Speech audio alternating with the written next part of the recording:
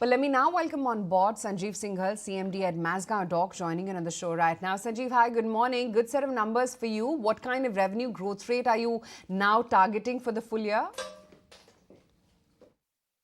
Yeah, we are looking at as far as the consistency in performance is concerned. I believe that for the past 2 years at least, we have been very consistent in our performance.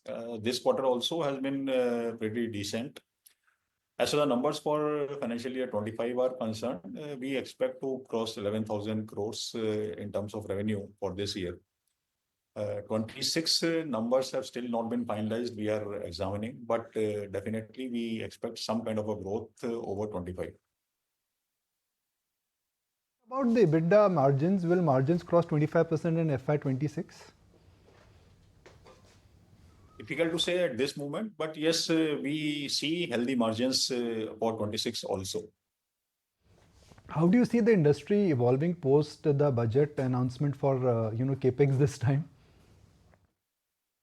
As far as the budget announcements are concerned, I see that budget is broadly flattish as far as capex expenditure is concerned. This time, the capex expenditure for all the three forces have been clubbed together and announced. But at the same time, what our experience tells is we don't see any kind of budgetary constraints if the projects are finalized. As far as Mazagon Dock Shipbuilders is concerned, we are quite confident that with respect to additional submarines, the order is very likely to be placed before 31st of March this year.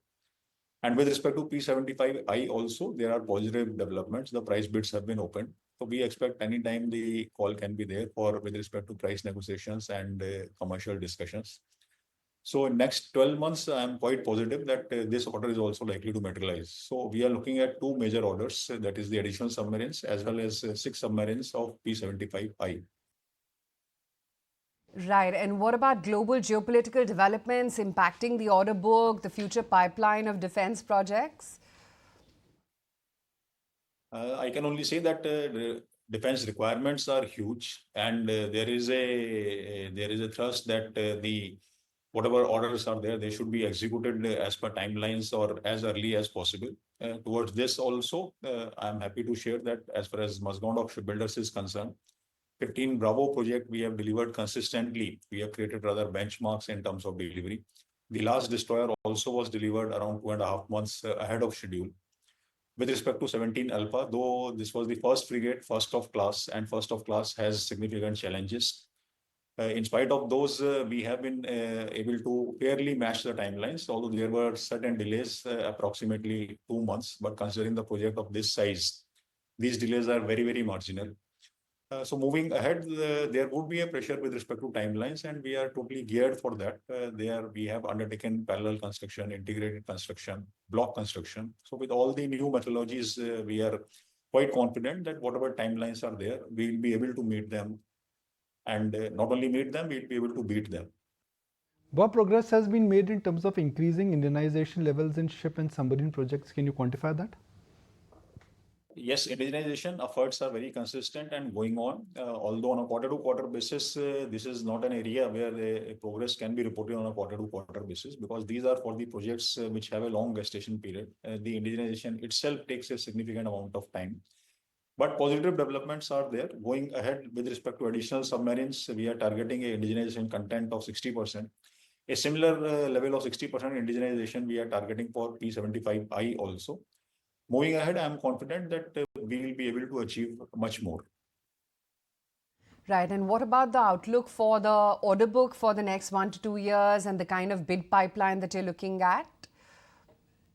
Like I've already indicated with respect to additional submarines, we are expecting the order before 31st March. This is a substantial value order.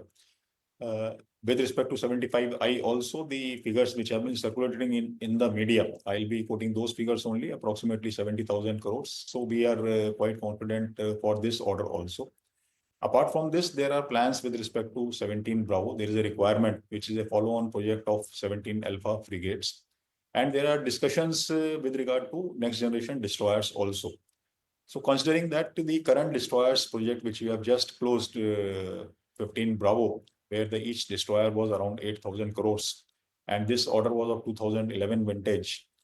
moving ahead, 2 years from now, as and when the order is finalized for next generation destroyers. So this is anybody's guess what kind of a order value this can be, or each destroyer can be. And similarly for 17 Bravo, follow on of 17 Alpha. 17 Alpha project was signed in 2015 for 24,000 crores for four frigates, which is approximately 6,500 crores for each frigate. So from 2015 to 2026-27, this value will also be significantly going up, considering that the frigates of the follow-on project would be significantly more advanced. All right, so I appreciate your time. Thank you for joining us.